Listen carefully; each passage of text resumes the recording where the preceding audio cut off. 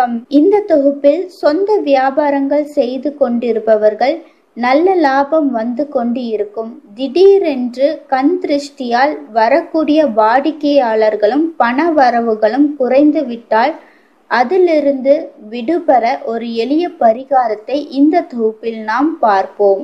நாம் தொழில் செய்யும் இடத்தில் ஈசானி மூலையில் அந்தி சந்தி வேளையில், அதாவது மாலை 6 மணிக்கு தேங்காய் எண்ணெய் கொண்டு நாம் தீபம் ஏற்ற வேண்டும். பின்பு நாம் பிள்ளையார் படம் வைத்திருக்கும் இடத்திற்கு சென்று அருகம்புல் வெள்ளருகை வைத்து கொண்டு ஓம் ஹரி ஓம் என்று நாம் தினசரி 1008 முறை 48 நாட்கள் நாம் தொடர்ந்து ஜபித்து வர வேண்டும். இவ்வாறு நாம் செய்வது மூலம் கண் திருஷ்டியால் ஏற்படும் வியாபார முடக்கத்தில் இருந்து நிரந்தரமாக விடுபெறலாம்.